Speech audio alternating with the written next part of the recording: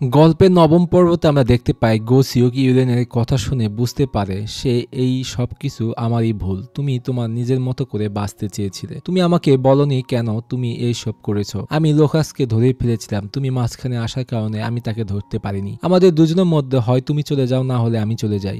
ইউরিয়ন তার কথা শুনে আরো বেশি কান্না করতে থাকে। গোসিওক তাকে সান্ত্বনা দিয়ে বলে, যেহেতু আমি চলে এসেছি চলো একসাথে ব্যাগ খুঁজে বের করি। তারপর তারা দুজন একসাথে ব্যাগ খুঁজতে থাকে। অনেক চেষ্টার পর অবশেষে ব্যাগ খুঁজে পায় তারা, আর ব্যাগ খুলে দেখে ভিতরে সবকিছু ঠিক আছে। মোবাইলও পেয়ে যায় তারা। আনন্দে দুজন দুজনকে জড়িয়ে ধরে তারপর তারা মোবাইলে ভিডিও দেখতে থাকে। এপাশে বেকারি মালিক ডিটেকটিভদের বলতেছে, তোমরা কেন আবার ফিরে এসেছো আমার শপে। আরো তাদেরকে বকাঝকা করতে থাকে। সেই সময় চলে আসে গোসিওক ইউরিয়ন। তারপর তাদেরকে মোবাইল ফোনটি দেয়। ভিডিও ফুটেজের মধ্যে দেখতে পায় কিডন্যাপার মহিলাটি প্রতিবন্ধী ছেলেটিকে কিভাবে নিয়ে যাচ্ছে। ইউরিয়ন বেকারি মালিককে বলে, আপনার ছেলে কিডন্যাপারকে ফলো করে যাচ্ছে, সে মনে হয় আসলেই তাকে চেনে। তারপর সে আসলে তাকে ভিডিও ফুটেজটি সম্পূর্ণভাবে দেখায়। সে বলে, আমি তাকে চিনি না। সেই সময় ইউরিয়ন তাকে ধমকি দিয়ে বলে, আমাকে যদি সহযোগিতা না করো তাহলে আপনাকে আমি আবার অ্যারেস্ট করব। তারপর সে আবারও দেখে বলে, আমি তাকে চিনি না। উল্টো ডিটেকটিভদের উপর সে রেগে যায়। সেই সময় ভিডিও ফুটেজ জুম করে দেখতে পায় একটা একাডেমির ব্যাগ নিয়ে কিডন্যাপার যাচ্ছিল। তারপর ডিটেকটিভরা সকল একাডেমির তথ্য বের করতে লাগে। গোসিওক ডিটেকটিভ লিকে বলে মেট্রো স্টেশনের সকল সিসি ক্যামেরা চেক করার জন্য।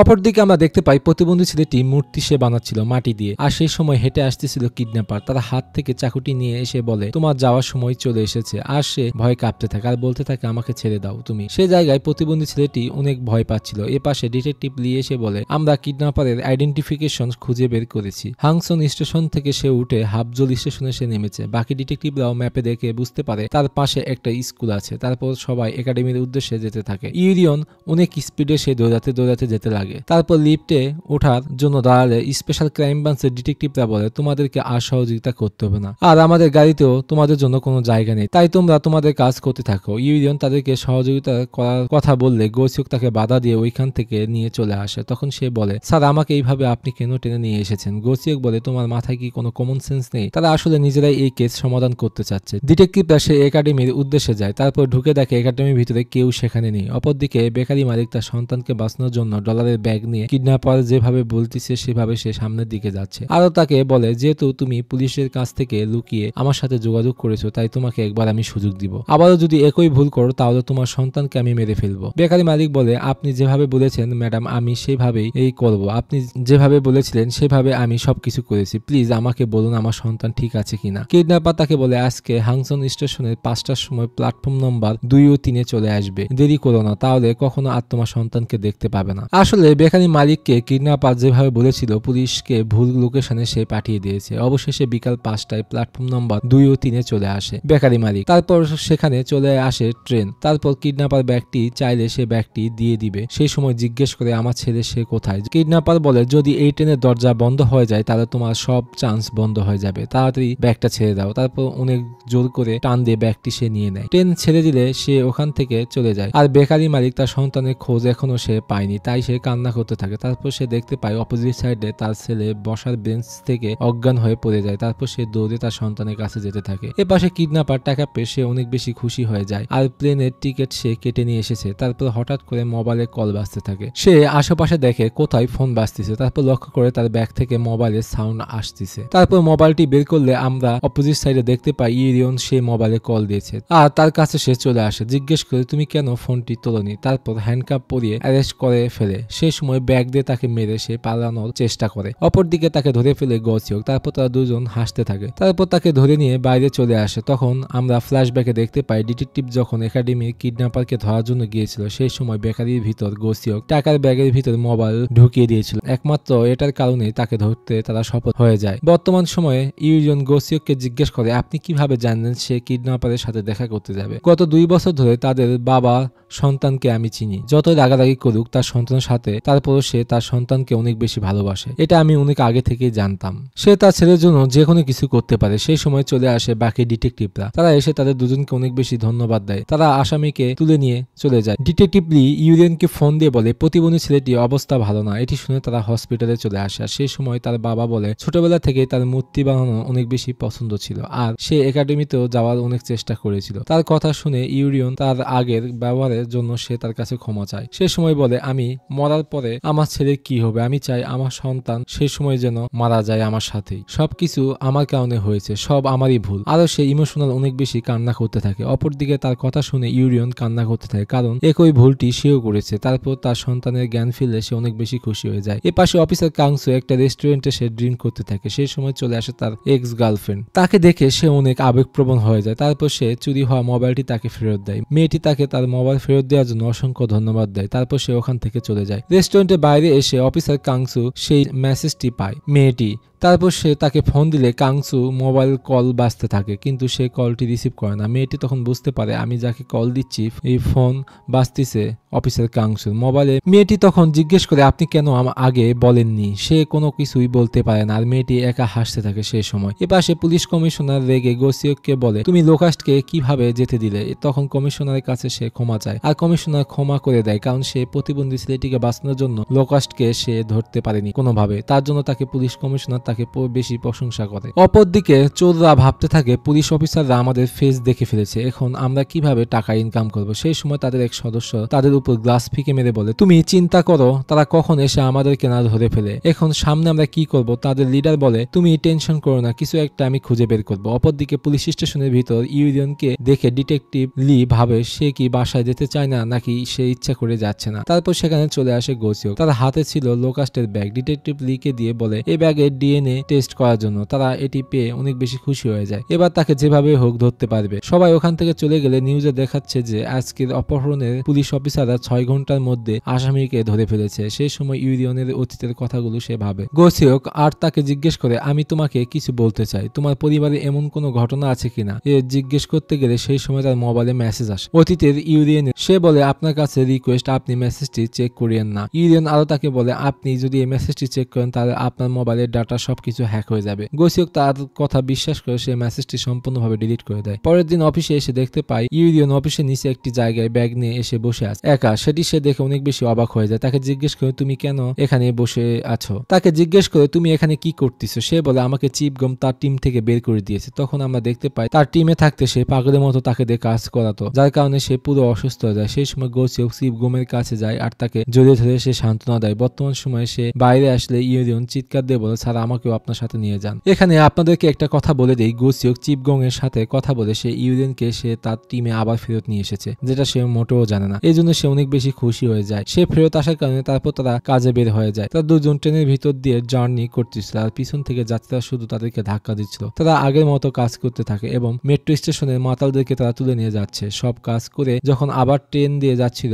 ইউরিয়ন সেখানে ঘুমন্ত অবস্থায় সে থাকে। তাকে আবারও তার টিমে পেয়ে সে অনেক বেশি খুশি হয়ে যায়। আস্তে আস্তে তাকে অনেক বেশি ভালোবেসে ফেলতেছে সে। এ পাশে আমরা দেখতে পাই গোসিওকের মা হসপিটালে নার্সকে বলে তুমি এর আগে আমাকে জিজ্ঞেস করেছিলেন আমার ছেলে আছে কিনা, আসলে আমার কোনো সন্তান নাই। এ কথা বলে সে হাসতে থাকে। নার্স তাকে বলে আমার একটা সন্তান আছে আর সে অনেক বেশি অসুস্থ, হার্টের প্রবলেম, আর তার জন্যই আমি এখানে কাজ করি। সেই সময় বাচ্চাদের মতো সে সেজে চলে আসে গোসিওক। আসলে সে যদি তার আসল চেহারা নিয়ে আসে তাহলে তার মা চিনতে পারে না, কারণ সে যে বয়সে থাকতে তার স্মৃতিশক্তি নষ্ট হয়ে গিয়েছে সেই বয়সে তাকে দেখলে সে চিনতে পারে। তার মায়ের সাথে অনেক বেশি মজা করতে থাকে বাচ্চাদের মতো করে। তারপর সে বাইরে আসলে নার্স তাকে জিজ্ঞেস করে আমি শুনেছি আপনি বলে ডিটেকটিভ স্পেশাল ক্রাইম ব্রাঞ্চে আছেন। তখন সে বলে আমি মেট্রো পুলিশ স্টেশনে আছি। নার্স বলে তাহলে মেট্রো সিরিয়াল মার্ডার কেস কি তুমি দেখতেছো। সে বলে কেসটি আমার আন্ডারে নেই। এই কথাগুলো শুনে আর কোনো কিছু বলে না সে। তারপর সে বাইরে আসলে ইউরিয়নকে দেখে সে অনেক বেশি অবাক হয়ে যায় ও তার মাথা ঘুরাতে থাকে। সে তখন লুকিয়ে পড়ে যেন কোনোভাবেই তাকে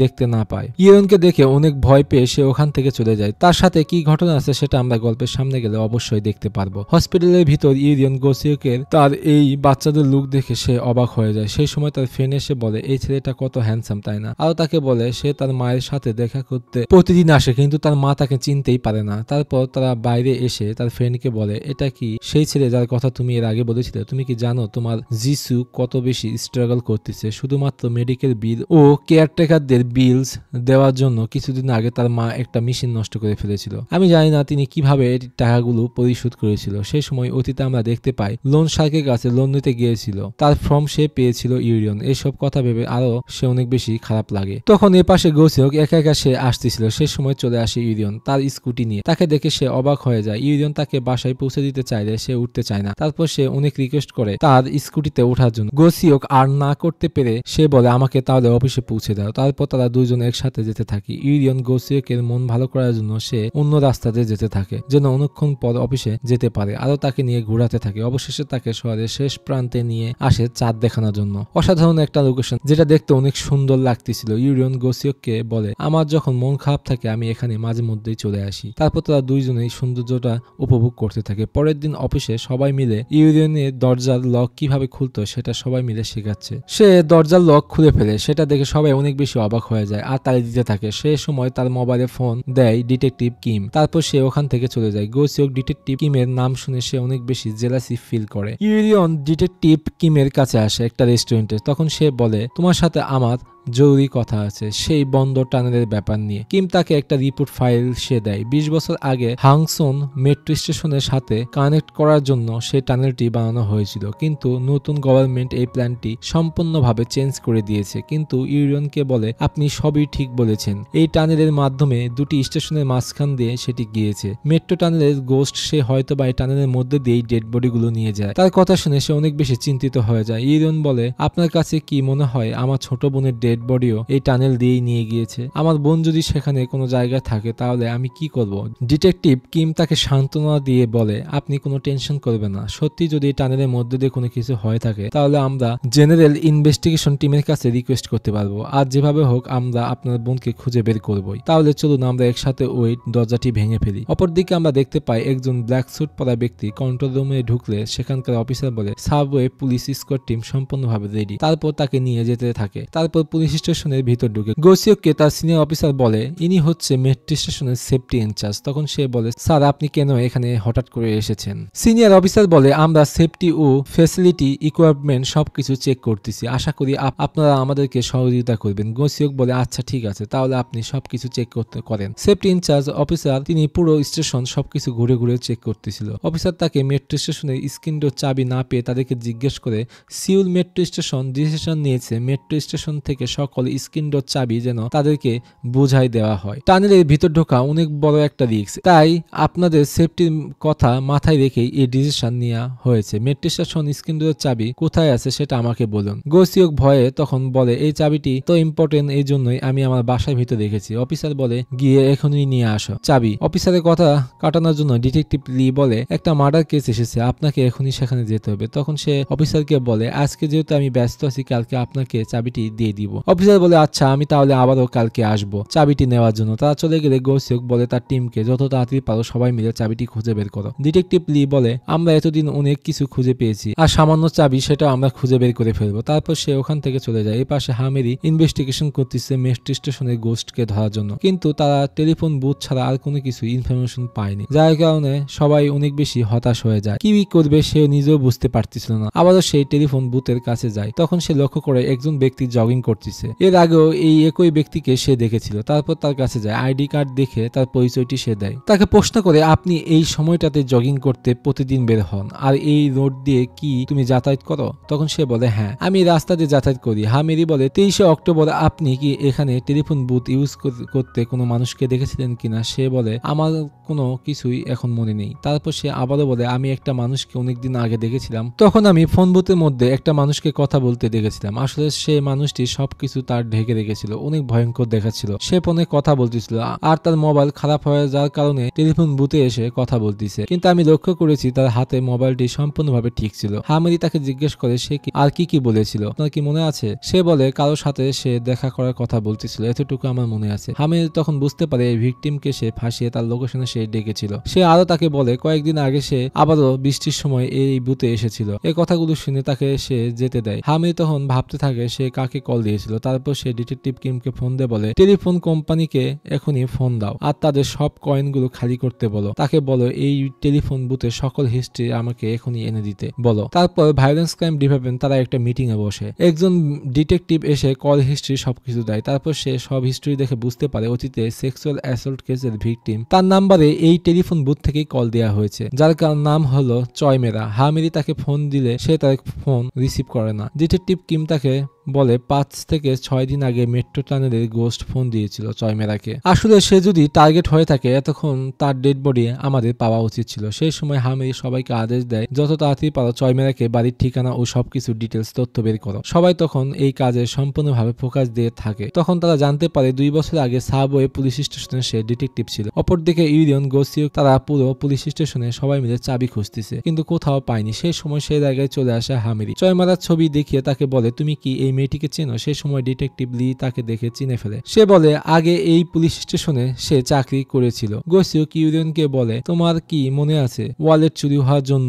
এই ভিকটিমের বাসায় আমরা গিয়েছিলাম? তখন সে বলে কি হয়েছে, কোনো সমস্যা হয়েছে কিনা আমাদেরকে বলেন। হামিরি তখন বলে মেট্রো টানেলের গোস্ট নেক্সট টার্গেট হচ্ছে চয়মেরা। এটা শুনে সবাই অনেক বেশি আশ্চর্য হয়ে যায়। এপাশে চয়মেরা তার মোবাইলে হাতে নিলে গোস্ট তাকে মেসেজ পাঠায়। তার ওয়ালেট থেকে বের করা টিকিটের ডিটেলস সে মেসেজে পাঠায়। তখন সে বিশ্বাস করে যে আসলে আমার ওয়ালেটটা তার কাছে আছে। তখন সে গোস্টকে ফোন দিয়ে বলে টিকিটের মেয়াদ শেষ হওয়ার আগে আমাকে কনসার্ট দেখতে হবে, তাই আপনি কি আজকে আমার সাথে দেখা করতে পারেন? তখন তাকে আসতে বলে তার লোকেশনে। ডিটেকটিভ কিম চয়মেরার ফ্যামিলি মেম্বারকে ফোন দিয়ে জানতে পারে কিছুক্ষণ আগে সে ওয়ালেট নেওয়ার জন্য বের হয়ে চলে গিয়েছে। ওনারাও জানে না সে কোথায় গিয়েছে। ইউরিয়ন বলে সে যদি সত্যি তার কাছে যায় তাহলে আজকে সে মারা যাবে। তখন সে বলে যেভাবে হোক তাকে আমাদেরকে থামাতেই হবে। হামিদি চয়মেরাকে ফোন দিলে সে ফোন রিসিভ করে না, উল্টাও ফোন বন্ধ করে দেয়। 1 ঘন্টা পর সকল ট্রেন বন্ধ হয়ে যাবে। তার মানে এই মেট্রো স্টেশন সে কোনো কিছু একটা করতে যাচ্ছে। এই জন্যই সামনে 3 স্টেশন এবং এই স্টেশন মিলে তারা চেক করা শুরু করবে। সেই সময় ইউরিয়ন বলে চয়মেরার নাম্বার ট্র্যাক করার জন্য, যেন আমরা সহজেই বুঝতে পারি সে আসলে কোথায় কিভাবে যাচ্ছে। এছাড়া কোনো রাস্তা নেই, তাই আমার উপর যেভাবে হোক আপনি ভরসা করুন। হামিদি বলে যদি তোমার কোনো ভুল হয় তাহলে তোমার খবর আছে। হামিদি অফিসের ফোন দিয়ে সে তার লোকেশন খুঁজে বের করে। ইউরিয়ন তাকে আইকিউ লেভেল ব্যবহার করে সে সম্পূর্ণ ডিটেলস স্টেশনে বের করে ফেলে। তখন সে খুঁজে বের করে রেস্ট্রিক্টেড এরিয়ার মধ্যে তাকে নিয়ে সে মার্ডার করবে। আর এরকম রেস্ট্রিক্টেড এরিয়া কোথায় কোথায় আছে সবগুলো সে মার্ক করে ফেলে। আর বাকি টিমের সদস্যরা সেগুলো নোট করতে থাকে। তারপর সবাই মিলে তাকে খুঁজতে বের হয়ে পড়ে। এপাশে মেট্রো থেকে নেমে সামনের দিকে এগোচ্ছিল চয়মেরা। এপাশে ডিটেকটিভরা স্টেশনের দিকে চলে আসে। তারাও খুঁজতেছিল তাকে। সবাই মিলে এক একজন এক এক দিকে যেতে থাকে। গোসিও কিউরিয়ন তারা দৌড়ে দিয়ে আশেপাশে খুঁজতে থাকে। এপাশে চয়মেরা ফাঁকা নির্জন রাস্তা দিয়ে সে যাচ্ছিল রেস্ট্রিক্টেড এরিয়ার সামনে চলে আসে।